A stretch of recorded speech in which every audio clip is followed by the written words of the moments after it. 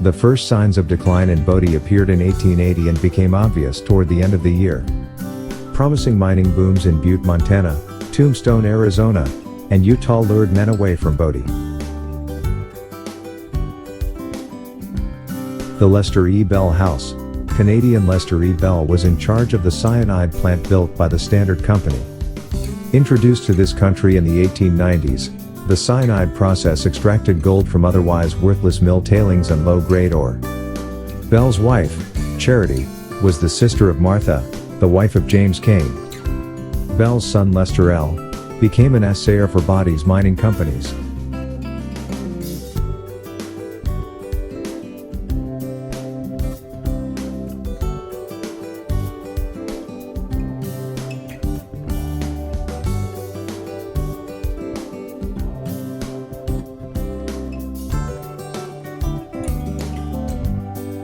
The Cameron House. Andrew P. Cameron, born in Canada, was a Bodie miner. He lived here in 1900 with his wife and 2 children.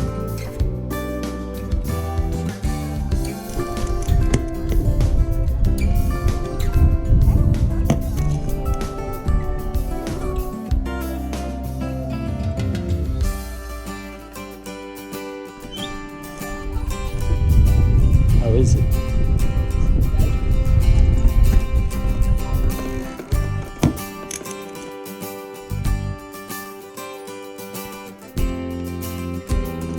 There's like a book right there.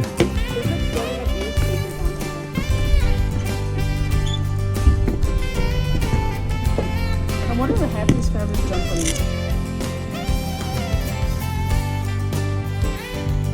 these boards. They've been replaced.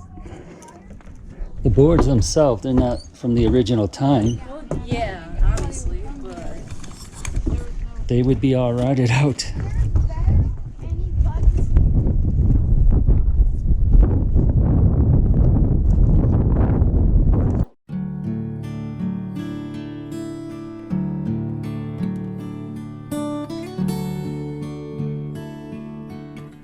The Seiler House. August Seiler, born in Switzerland, was a Bodie saloon keeper. Seiler arrived during Bodie's boom period and worked first as a bartender and then later became owner of several saloons, including Seiler's on Main Street. He also engaged in mining. He and wife, Teresa, had 3 daughters and a son, who died at age 3 in Bodie.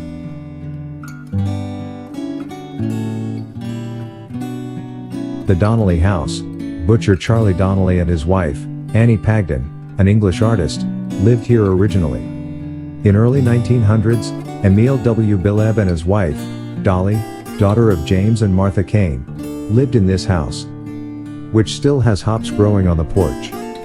Bileb was the last superintendent of Bodie Railway and Lumber Company, which ran until 1917. Here, just walk around and you'll trip over yourself and go.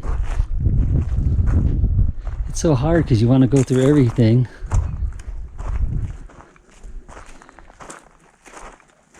This is where they fix things, cut wood too. This is the wood cutter from back then. The sawmill, with snow as high as 20 feet deep, winds up to 100 miles an hour, and temperatures down to 30 or 40 below zero. Plenty of firewood was needed to keep Bodie's poorly constructed houses warm during the winter. Pillsbury Doughboy, and that upstairs window looking out. I see it. You see it?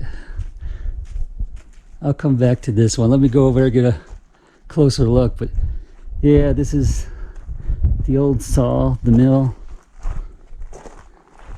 You can see all this.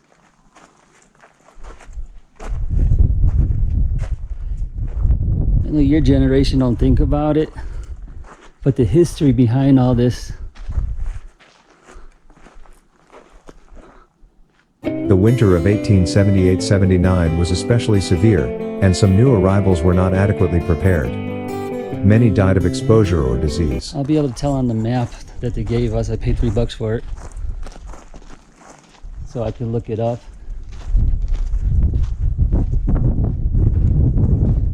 But yeah, I don't think I can zoom in on it. There's a little doughboy. in that upstairs window.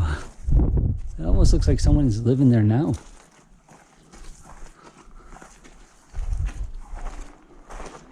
Oh, this is the rich man's house. Okay.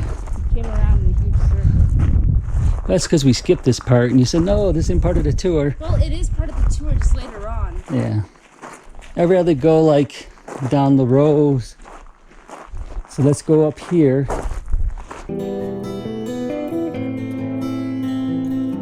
To get rich quick, single miners who came to Bodie in the 1870s moved on to these other booms, and Bodie developed into a family-oriented community. In 1882, residents built the Methodist Church, which still stands, and the Roman Catholic Church, burned about 1930.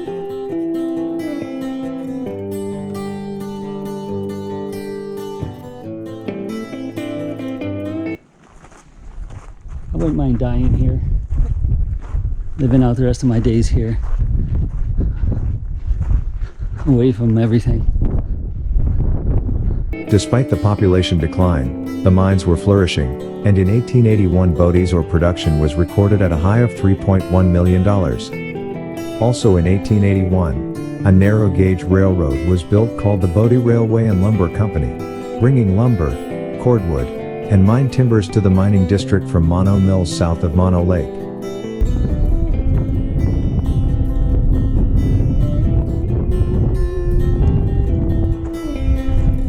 What time you got, Jen? This is only open till 6. 1:35. Oh, so we got plenty of time.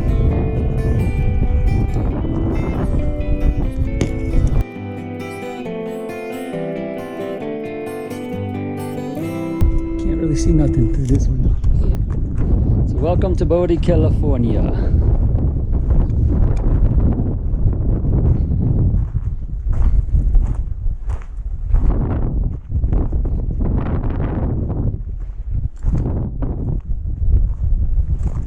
Oh, here we go.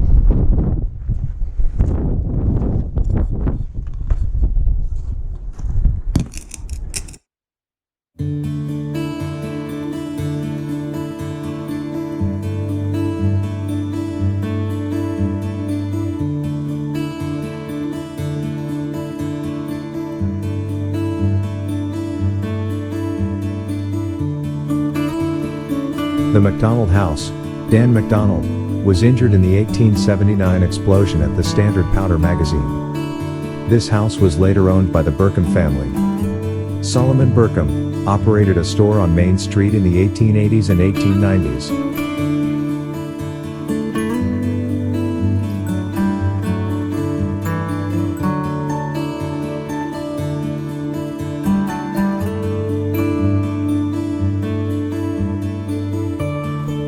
Very nice. In the old days, the rooms were bigger. Now it's like everything's built right on top of each other. This must have been someone's bed at one time.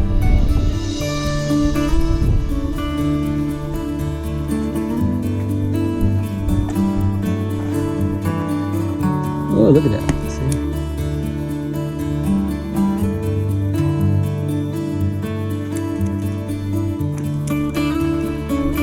When the town ran out, they ran out.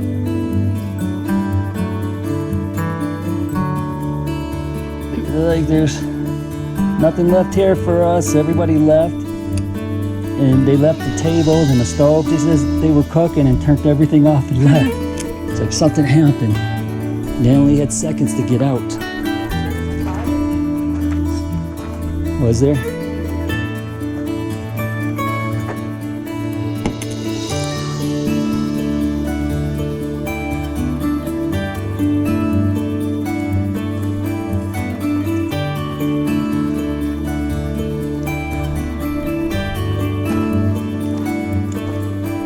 Look at this outhouse. Boy, they all sunk in. Yeah. All the history in these things. This one had piping. Oh, here's a door right here. I mean, door. Yeah, a door and a window.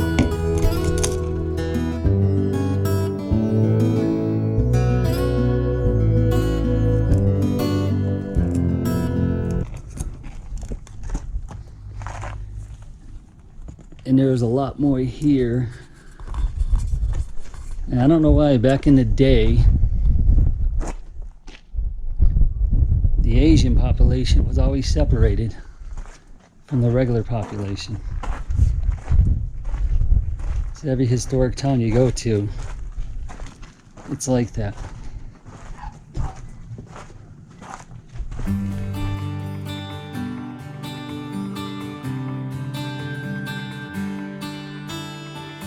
During the early 1890s, Bodie enjoyed a short revival from technological advancements in the mines that continued to support the town.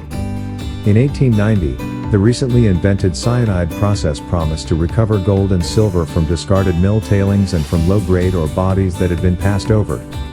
In 1892, the Standard Company built its own hydroelectric plant approximately 13 miles away, at Dynamo Pond.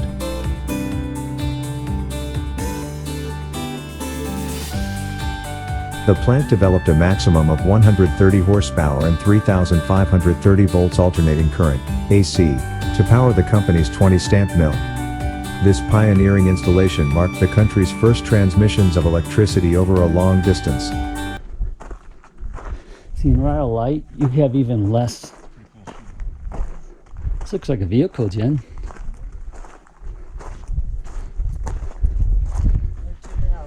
The next one. Which way now? That one's tractor. Wow, look what happened to it over the years. Yeah. This was somebody's livelihood at one time. That was just garbage. Oh, yeah.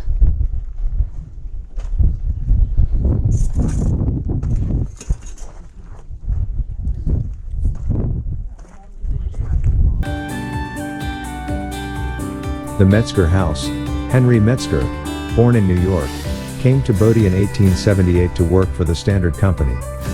He was the mill's foreman when the Standard closed in 1913. In the early 1900s, his family included his wife, Lena, and 5 children.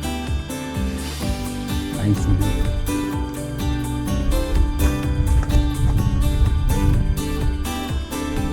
This is number 49. I dare you to knock, and if someone answers, run. Yeah. You get some old guy yelling, "Get away from my door! Get off my lawn!"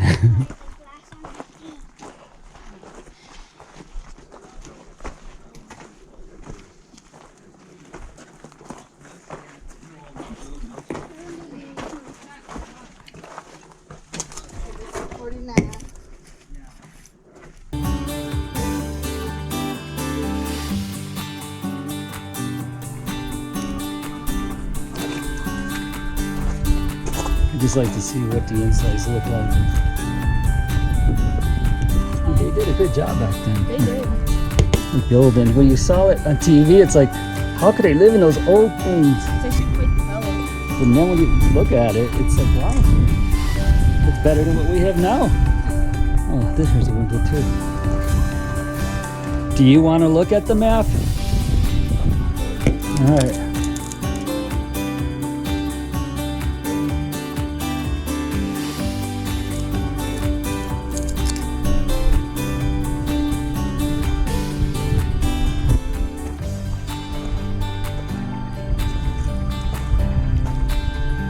This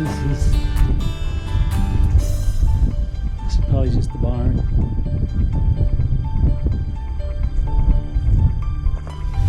Some nice little rocks up here.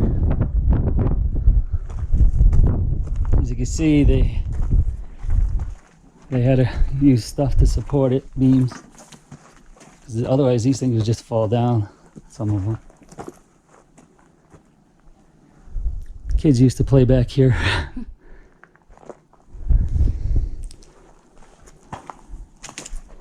It's nice that they were able to preserve everything like they did. They Well, sold it to the state. Most of everything. Yeah, but it's still.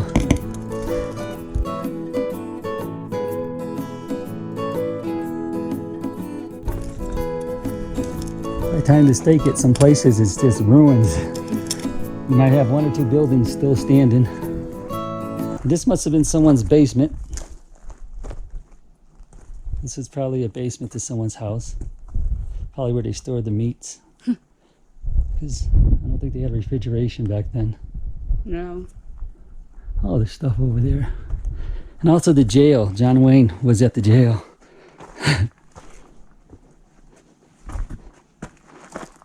This was probably the stairway. I wonder. Oh, look at that. I could have got you in the other window.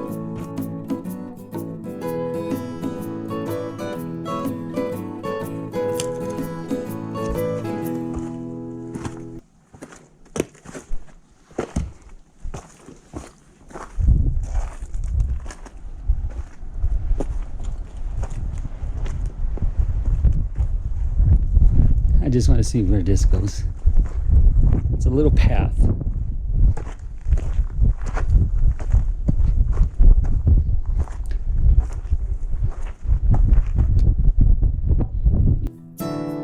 The first signs of an official decline occurred in 1912 with the printing of the last Bodie newspaper, the Bodie Miner.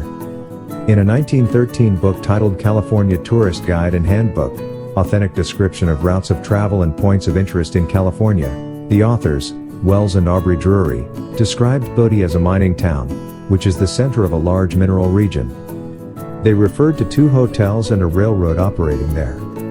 In 1913, the Standard Consolidated Mine closed.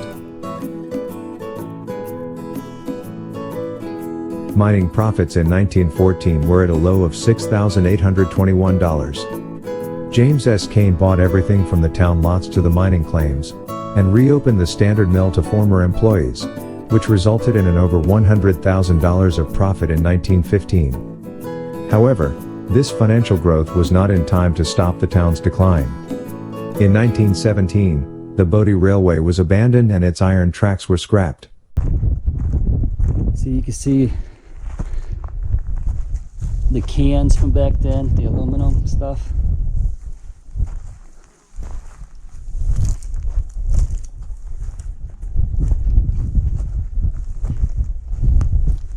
Some bottles, broken bottles. This is where the garbage went, because you didn't have garbage pickup every Thursday back then. So you pretty much had to bury it. Gas canisters.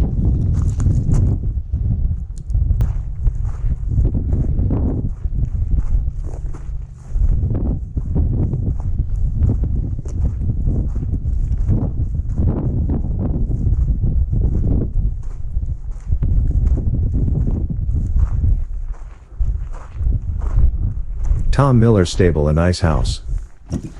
Yeah. Not everybody built a big spot, but it's big on the inside. It goes back there, so it's bigger than it looks. Yeah.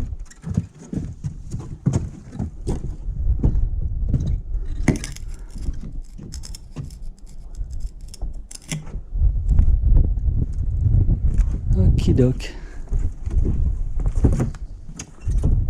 In an old movie where they did a bank robbery. I think the vault's over there. You can go into here. I'm just gonna go up here.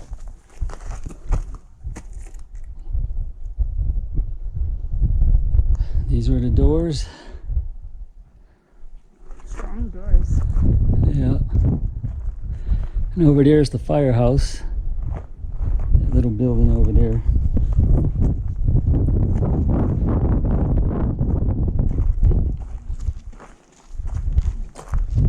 But I have to find out what that movie is, and you'll see what this looked like before it was all, before it all just came apart, falling down. It should say, That's a fancy door. I think that's the vault. This was the bank. And in the movie, this bank got robbed. Huh? What does it say? This is number 30.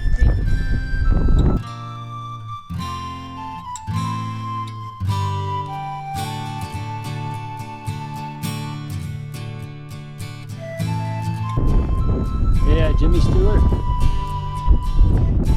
Oh, Jimmy Stewart came.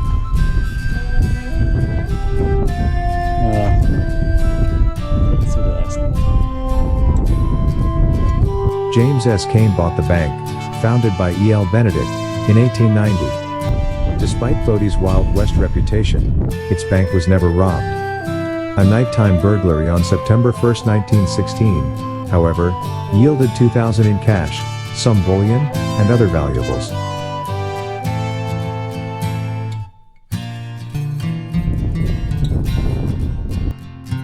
The Bodie Bank site, all that remains of the Bodie Bank after the 1932 fire is its brick vault.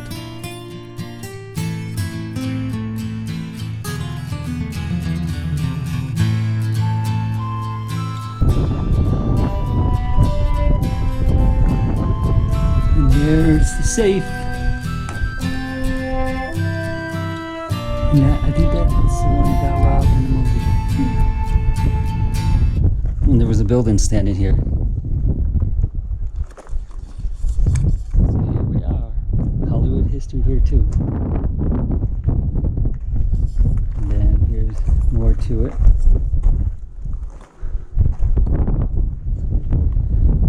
I wonder if we can enter this place. I'm going to enter it.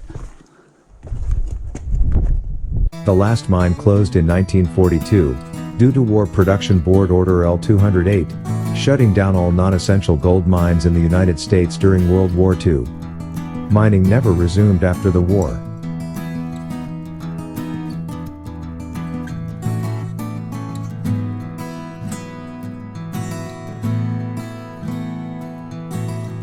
Bodie was first described as a ghost town in 1915. In a time when auto travel was on the rise, many travelers reached Bodie via automobiles. The San Francisco Chronicle published an article in 1919 to dispute the ghost town label. By 1920, Bodie's population was recorded by the U.S. Federal Census at a total of 120 people. Despite the decline and the severe fire in the business district in 1932, Bodie had permanent residents through nearly half of the 20th century. A post office operated at Bodie from 1877 to 1942. This is what happens when you can't take care of the place. The Moyle Warehouse ruins. The Moyle Warehouse, built in 1879, was one of many stone warehouses constructed to store supplies for the long, cold Bodie winters.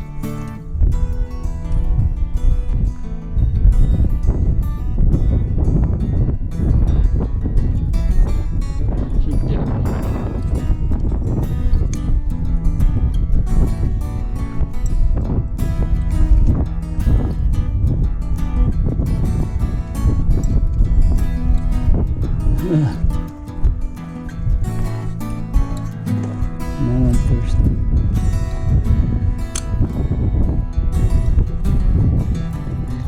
Wow, 140 an hour. What does she do?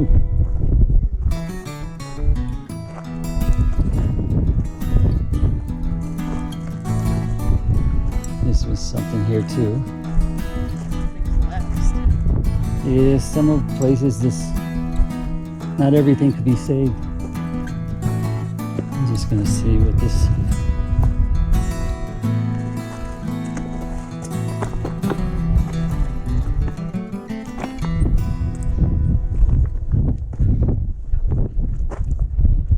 Look how thick these walls were.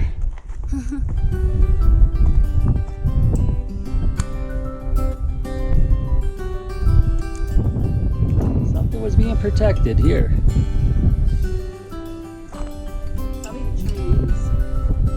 Yeah, I think they were way out there. They were somewhere.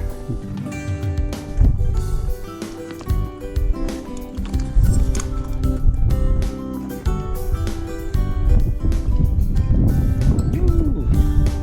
Gotta watch your step.